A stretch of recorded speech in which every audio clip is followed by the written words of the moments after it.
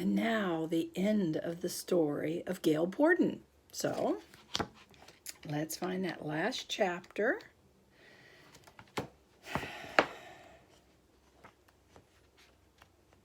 That's it. To win success.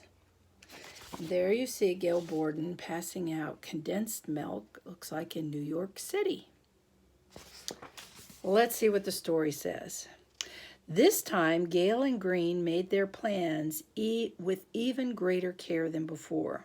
They decided the old carriage factory wasn't adequate, but Gail wanted to stay in the vicinity of Wolcottville.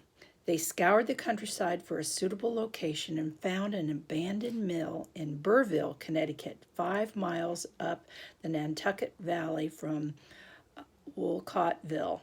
It was set high on a hill beside a waterfall that turned the mill wheel. Kind of like electricity, yes.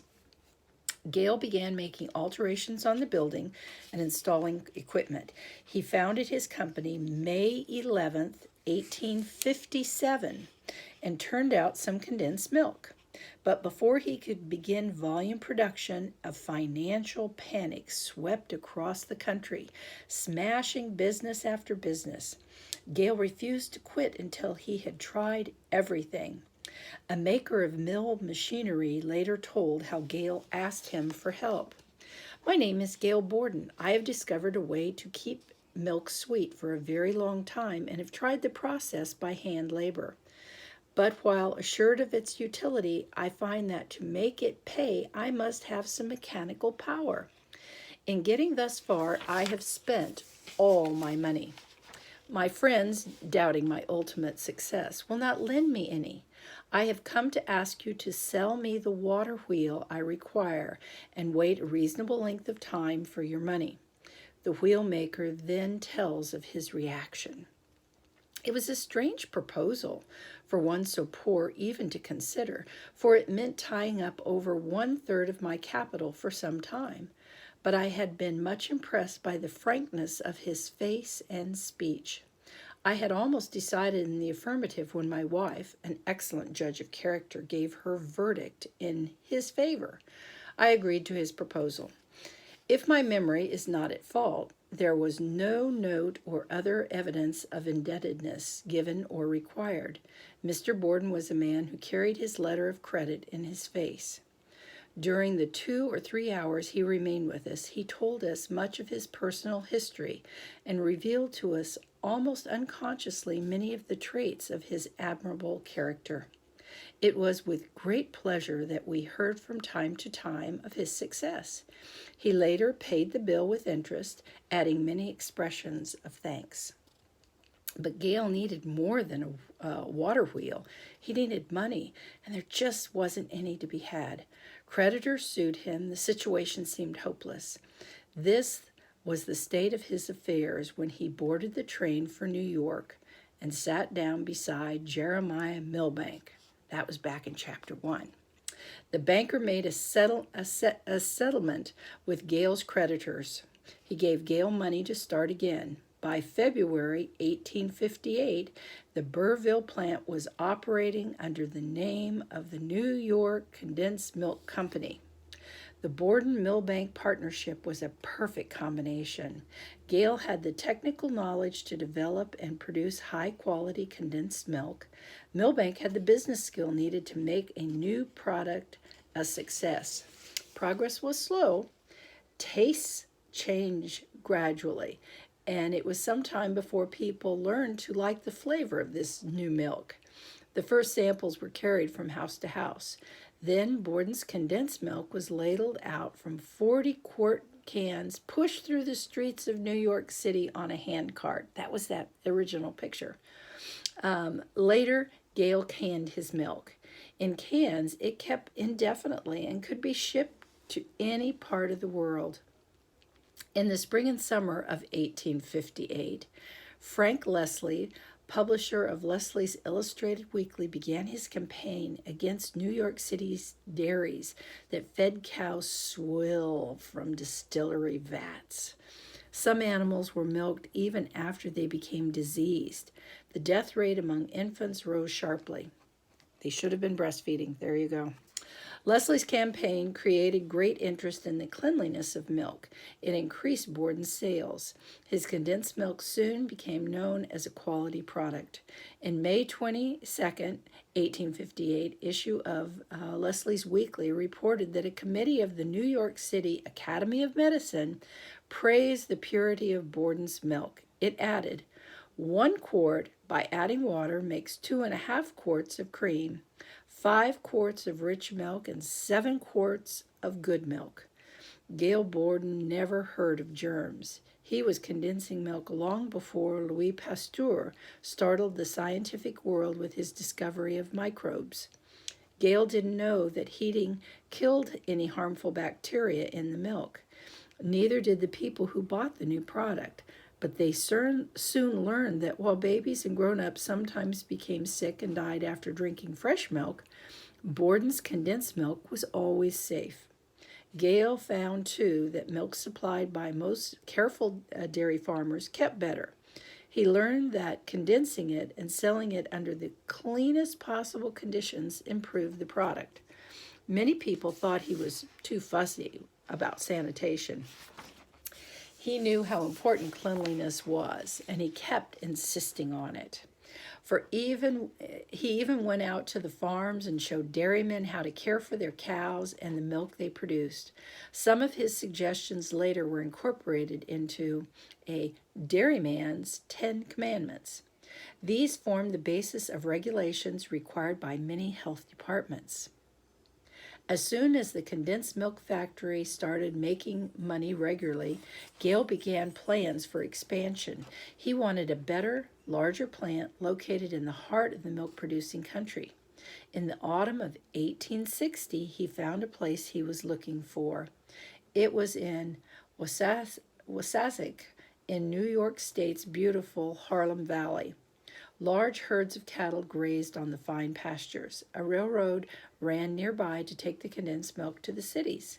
Carpenters were building the new plant in Wassazik when Fort Sumter was fired on, April 12, 1861, and the war between the states began. So that was the Civil War. Gail rushed work on the plant. He got into production by June. Milbank took an active interest in the new enterprise. He bought out Bridges and Green, who still had large holdings of the condensed milk company. Gail was in his 60s, but he didn't spare himself during the war years. He built a plant in Winsted, Connecticut, another in Brewster, New York, a third in Elgin, Illinois. Before the war was over, Union soldiers were carrying Borden's Eagle brand condensed milk in their field rations.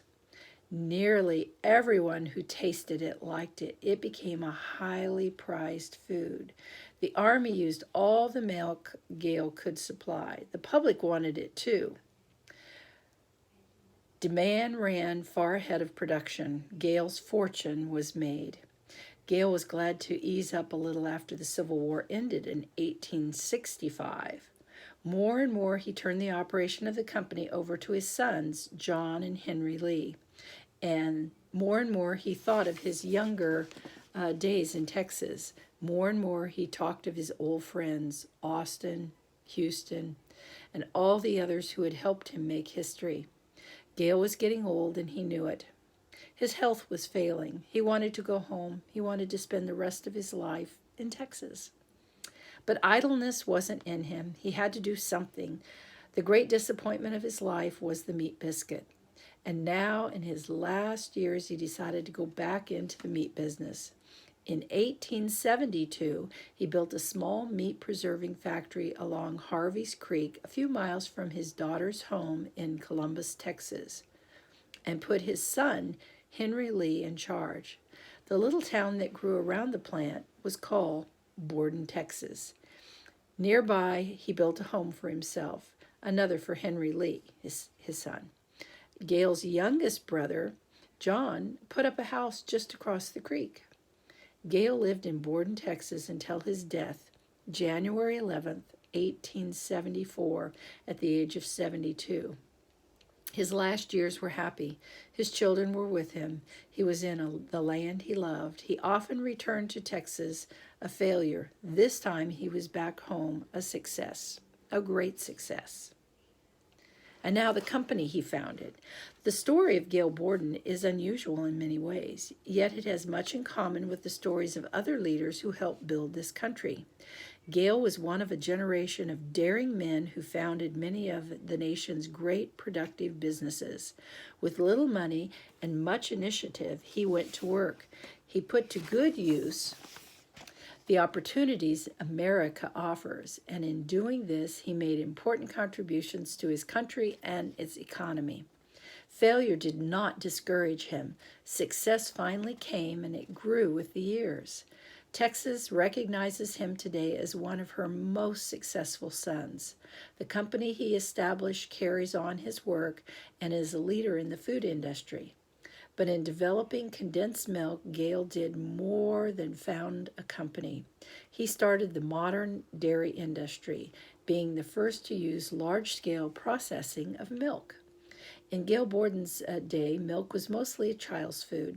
People used only a small portion of the dairy products they needed for good health. The three principal dairy foods, milk, butter, and cheese, generally were sold a few miles from where they were produced. Gail Borden's industry widened markets for dairy products, built public confidence in them. Today's milk is recognized as the most nearly perfect of all foods. It is used in many forms and large amounts by children and adults alike. That's if you're not sensitive to it. Dairy products supply a major portion of the food for the average American diet. They are shipped from rich dairying areas to every part of the world. Appropriately, the company Gail Borden began has had a leading role in these changes. It expanded his educational work with farmers. It developed rigid quality controls for every product. It made important contributions to research. Through the years, the company has grown. The partnership of two has become a partnership of 50,000 who now share in the ownership of the business. The employee group has grown from a handful who worked in the first tiny factory to the 28,000 men and women now in Borden plants and offices. New products were added year after year, and as it branched out, the organization changed its name to the Borden Company. After condensed milk became fresh milk, evaporated milk, caramels, followed by ice cream, cheese, milk powders, and other dairy foods, as well as casein and the scores of products made from it. Then came the non-milk projects, animal and poultry feeds, grocery products, mincemeat, coffee, pharmaceuticals, vitamins, soybean products, and many others. The list will continue to grow as the company, moving ahead in the spirit that produced condensed milk, develops new products and investigates new lines. And there we have a picture of the truck, Borden's truck, taking its products out to market. Great story. And that's the end.